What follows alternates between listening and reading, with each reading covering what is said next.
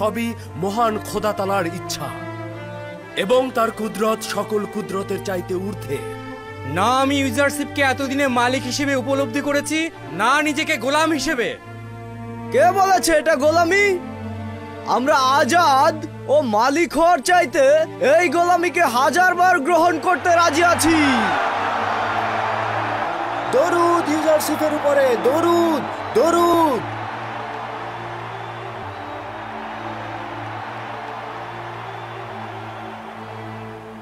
আজ আমি আপনাদেরকে এখানে ডেকেছি যে কারণে ইউজারশিপ ও মিশরের হুকুমতের গোলামি থেকেও আজ আমি আপনাদেরকে আজাদ করে দেব।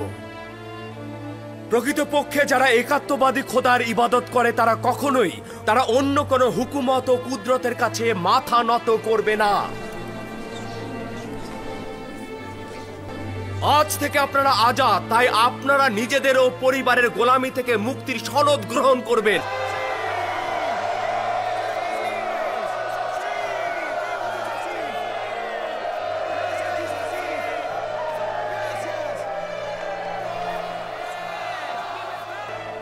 একটি কথা, তবে যারা পূর্বে অন্যের আজাদি কেড়ে নিয়েছিল, যেই সকল ব্যক্তিরা অসংখ্য গোলামের অধিকারী ছিল এবং অন্যের সম্পদ লুটে নিয়ে সম্পদশালী হয়েছিল, সেই সকল পুঁজিবাদীরা গোলাম হিসাবে থেকে যাবে। গোলামির বোঝা তাদের ঘাড়ে চাপিয়ে দেওয়া হবে না, কিন্তু যদি কোনো অন্যায় কাজে লিপ্ত হয় তবে তাদেরকে গোলাম করে রাখা হবে এবং কঠিন শাস্তি দেওয়া হবে। আমি শুধু মিশরের নিপীড়িত জনগণকে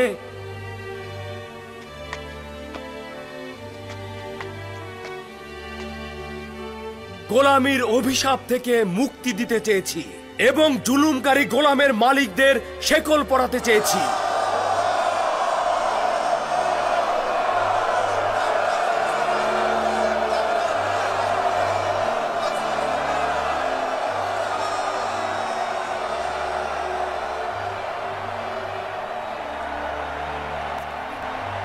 তাহলে এই ছিল মিশরের জনগণকে গোলাম বানানোর রহস্য। জনাব ইউজারশিপের ফরমান কখনোই কোনো কারণ ছাড়া সংগঠিত হয় না।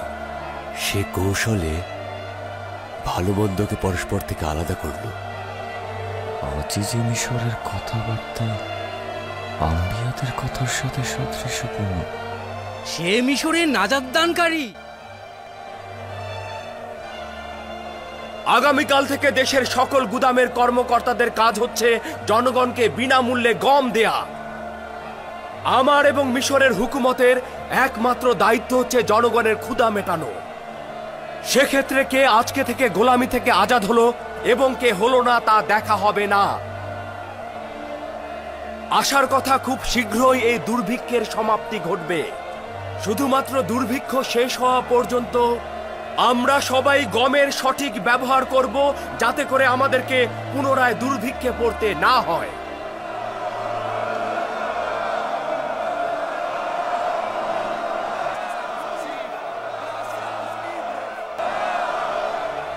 পূর্বে এটি আমুনের ইবাদতখানা ছিল, এখন থেকে এই জায়গাটি হবে এক এবং অদ্বিতীয় খোদার ইবাদতখানা।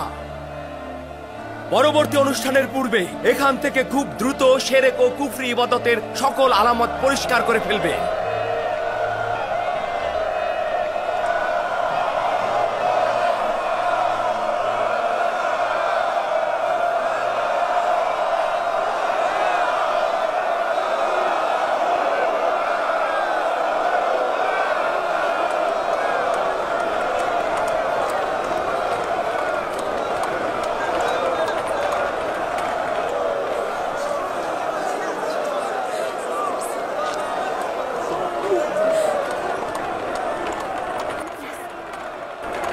ইউসুফ, ইউসুফ,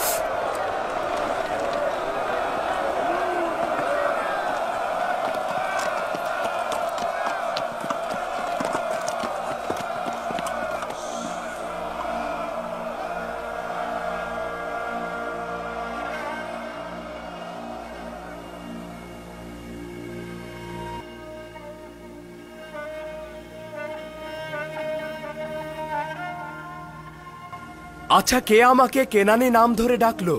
ইউসুফ, ইউসুফ,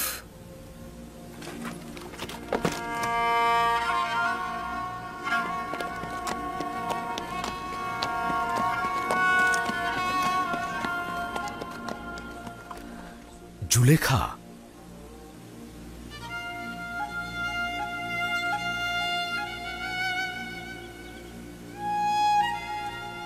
তুমি এখানে কি করছো?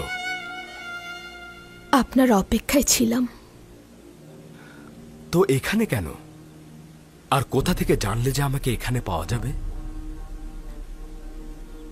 গতকাল আপনার চলে যাওয়ার পরে খোদাতালার কাছে চাইছিলাম, যদি কল্যাণ মনে করে তবে যেন আপনাকে আমার দিলে জায়গা দেন। ধৈর্য ধরতে পারছিলাম না।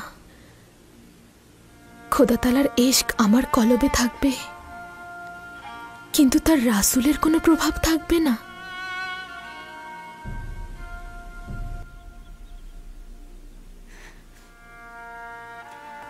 নিয়ত করলাম যে এখানে আসব, যেখানে বছরের পর বছর আপনার সঙ্গে মিলনের আকাঙ্ক্ষার অপেক্ষায় থাকতাম। আমি জানি অপেক্ষা করা কত কঠিন। ওই একাকিত্বের চাইতেও কঠিন ছিল যখন সবাই বলতো, বন্ধ করো, ইউসুফের জন্য আর কতদিন এভাবে অপেক্ষা করবে?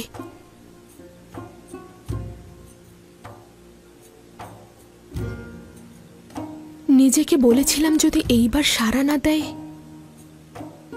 তাহলে দুজনের মিলনে খোদাতালার সম্মতি নেই। কিন্তু সাড়া তো দিয়েছি। আচ্ছা, এই সাড়া দেওয়ার অর্থ কি যৌবনের ইশক পুনরায় জন্ম নেয়া? আমি সাড়া দিচ্ছি। খোদার নবী, মিশরের জনগণের ন্যায় আমাকেও গোলাম হিসেবে গ্রহণ করুন। কিন্তু আমি তো আজকে মিশরের সকল মানুষকে আজাদ করে দিয়েছি। আমি আজাদি চাই না, আমি স্বেচ্ছায় বন্ধন গ্রহণ করছি। মোবারক হোক, এই বন্ধন মোবারক হোক।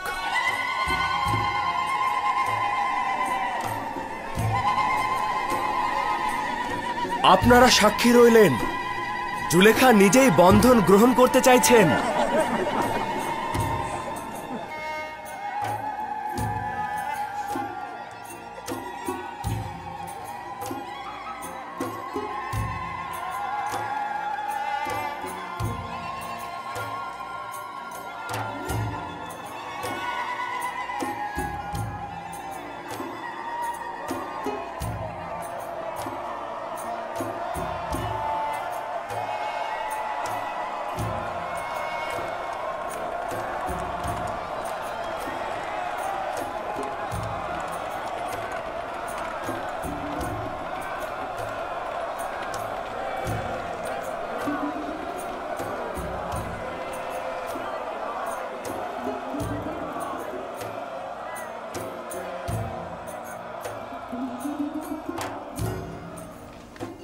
আবারও ক্যানানের এই 10 ভাই, শুক্রিয়া। যাও যাও ভেতরে যাও। মনে আছে লাবি বলেছিল গোলাম বিক্রেতাদের সরাইখানার কাছে ওকে পাওয়া যাবে? হ্যাঁ মনে আছে, সরাইখানা তো ওইদিকে, তাই না? চল চল দেখি।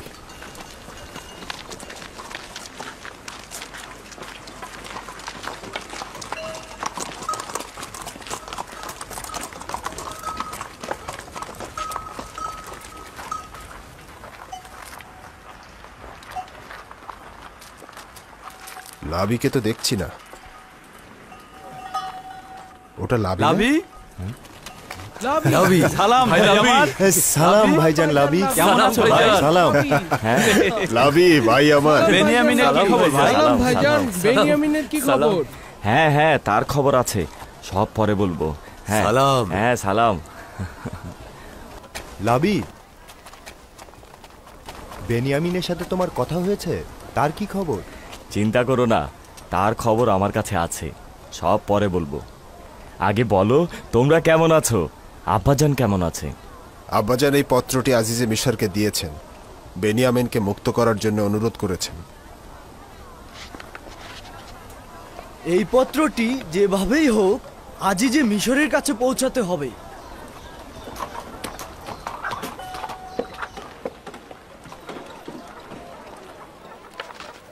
অবশ্যই আজিজে মিশরের কাছে পৌঁছাতে হবে।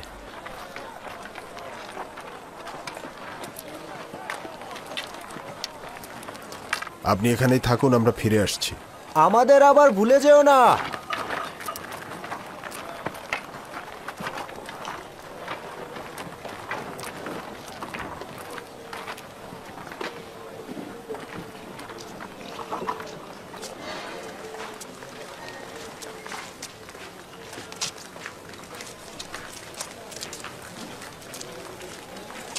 না না, কোনো গোলামি নয়। বেনিয়ামিন এখন শাহজাদার মতন জীবন কাটাচ্ছে, এমনকি আজিজে মিশর তাকে চোখের মনি করে আশ্রয় দিয়েছে, মেহমানদারি করছেন। শাহজাদার না চোখের মনি করে রেখেছে? তুমি নিজে চোখে দেখেছো? হ্যাঁ হ্যাঁ, আমি নিজের চোখে দেখেছি। সব জায়গাতেই তার সাথে নিয়ে যায়, বুঝলে? তার মানে সেই ইউজারসিফের বিশেষ গোলাম, তাই না? আমি বলছি বেনিয়ামিন শাহজাদার মতো জীবন যাপন করছে, আর তুমি বলছো সে বিশেষ সেও গোলাম। দেখছি তার ভাইয়ের মতো সৌভাগ্যের মোহরানার অধিকারী। বেনিয়ামিন আজিজে মিশরকে এমন ভাবে আকৃষ্ট করেছে যে সে এক মুহূর্তের জন্য তাকে আলাদা করে না। এসো।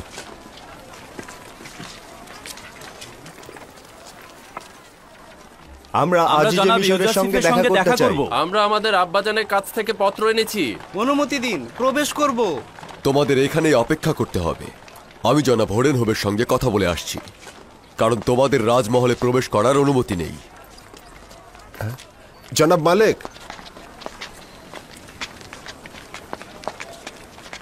জনাব মালেক, একটু কথা ছিল। আবার দেখছি তোমরা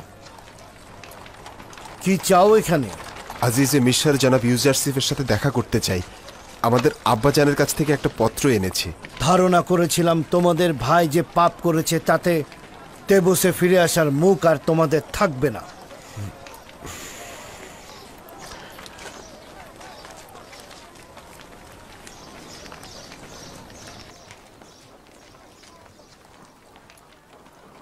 আচ্ছা ঠিক আছে, আমার সঙ্গে এসো। চলো যাই, চলো যাই।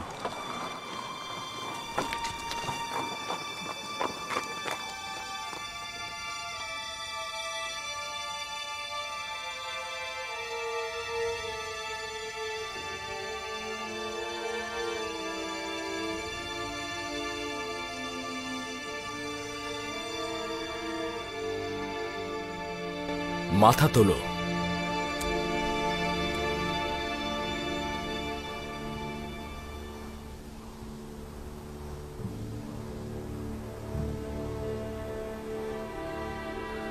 বলো কি চাও? যদিও আমরা আমাদের ভাইয়ের ভুলের কারণে খুবই লজ্জিত, কিন্তু আজিজে মিশরের মহানুভবতার কথা ভেবে আমাদের নিঃস্ব হাতগুলো তার সামনে তুলে ধরতে বাধ্য হয়েছি। ক্যানানে এখনো দুর্ভিক্ষের মাতাম চলছে। আমাদের কাছে কোনো দেবন নেই, গম কিনবার জন্য কোনো ধরনের মালামালও নেই, আর্থিক পুঁজি খুবই কম। শুধুমাত্র কিছু চামড়া ও পশুর লোম দিয়ে তৈরি সুতো এনেছি। জানি এগুলো খুবই মূল্যহীন। দয়া করে কিন্তু- আজিজে মিশর আমাদের এই অল্প পরিমাণ মালের বিনিময়ে এবছর বনি ইসরায়েলের গোত্রকে আপনি নাজাত দেবেন জনাব। খুব ভালো কথা। আদেশ করছি যেন এই দফায় তোমাদেরকে গম দিয়ে দেয়া হয়, কিন্তু এর পরের দফায় তোমাদেরকে কিন্তু পুরো মূল্যই পরিশোধ করতে হবে। শুক্রিয়া। খোদা তাআলা আজিজে মিশরের ছায়া আমাদের উপর সবসময় জারি রাখুক। আরেকটি তাগাদ রয়েছে, আশা করছি আজিজে মিশর সেটি কবুল করবেন। বলো, শুনছি। আশা করছি বেনিয়ামিনের বিষয়ে আর কিছু বলবে না। সেই রকমই কিছু। অক্ষমদের পক্ষ থেকে অনুরোধ করছি তাকে যেন আমাদের সাথে যেতে দেওয়া হয়। আমার আব্বাজান তার বিরহ সহ্য করতে পারছেন না।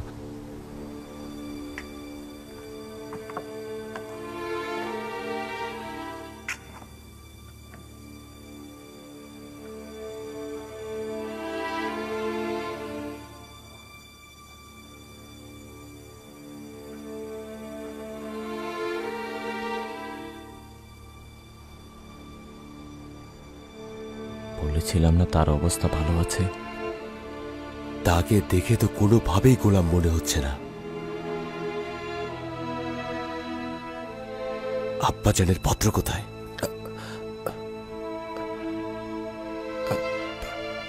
আমাদের অন্ধ পিতা অশ্রুসিক্ত নয়নে আজিজে মিশরের কাছে পত্রটা লিখেছেন, যদি আপনি দয়া করে পড়ে দেখেন। রুদামুন,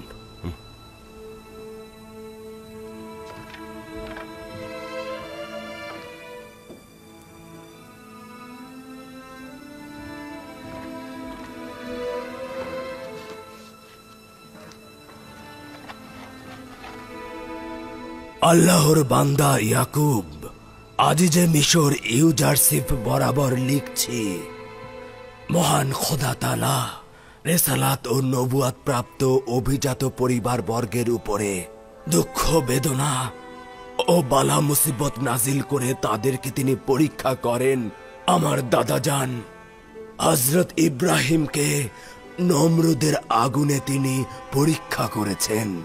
এছাড়াও আমার চাচাজান হযরত ইসমাইল জাবিউল্লাহকে কোরবানির পরীক্ষা দিতে হয়েছে, এবং আমাকেও আমার এমন এক পুত্রের বিচ্ছেদে আক্রান্ত করেছেন যে কিনা আমার চোখের মণি ও কল্পের শক্তি ছিল।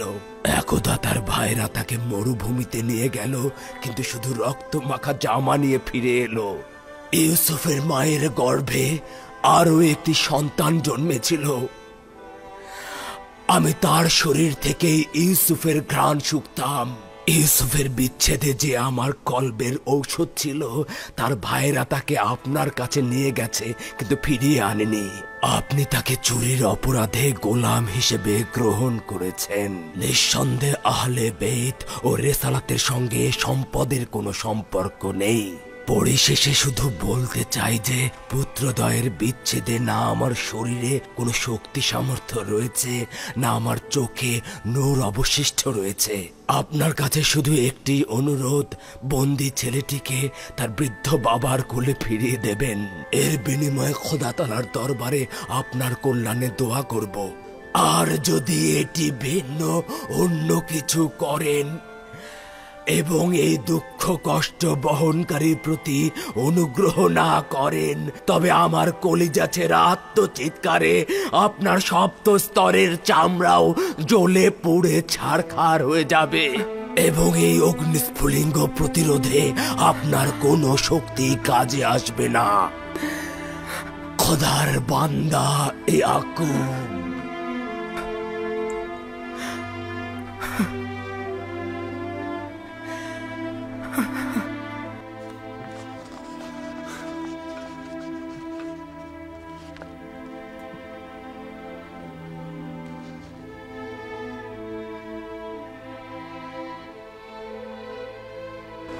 আফসোস তোমাদের জন্য।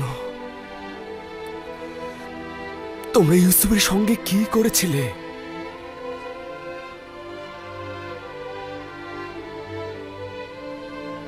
তোমরা কি জানো তোমাদের পিতা তোমাদেরই ভুলের কারণে কত দুঃখ বেদনা বহন করে চলেছে?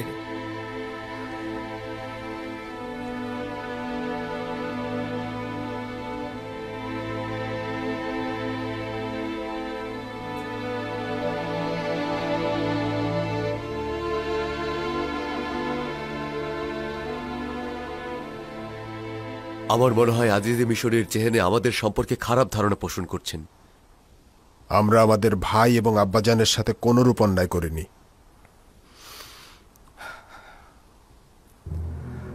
ওই সনদ কি এনেছ?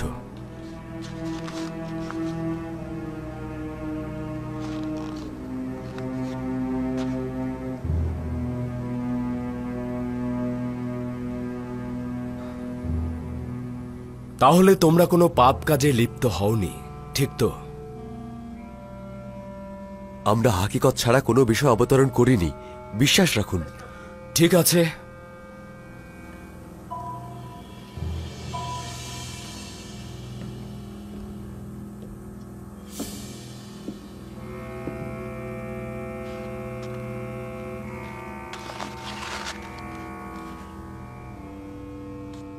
আমরা কেনানের 10 ভাই নিজেদের গোলাম ইউসুফকে মালিক ইবনে জারের কাছে 10 দেরহামে বিক্রয় করলাম। শর্তসমূহ হচ্ছে তাকে মিশরে নিয়ে যেতে হবে অথবা দূরের কোনো দেশে নিয়ে যেতে হবে, যাতে সে কোনোভাবেই কেনানে ফিরে না আসতে পারে। লাবি ও শামুন এই সনদে স্বাক্ষর করেছে। বেহাত, এটা শামুনের লেখা। তো তোমাদের মধ্যে শামুন কে?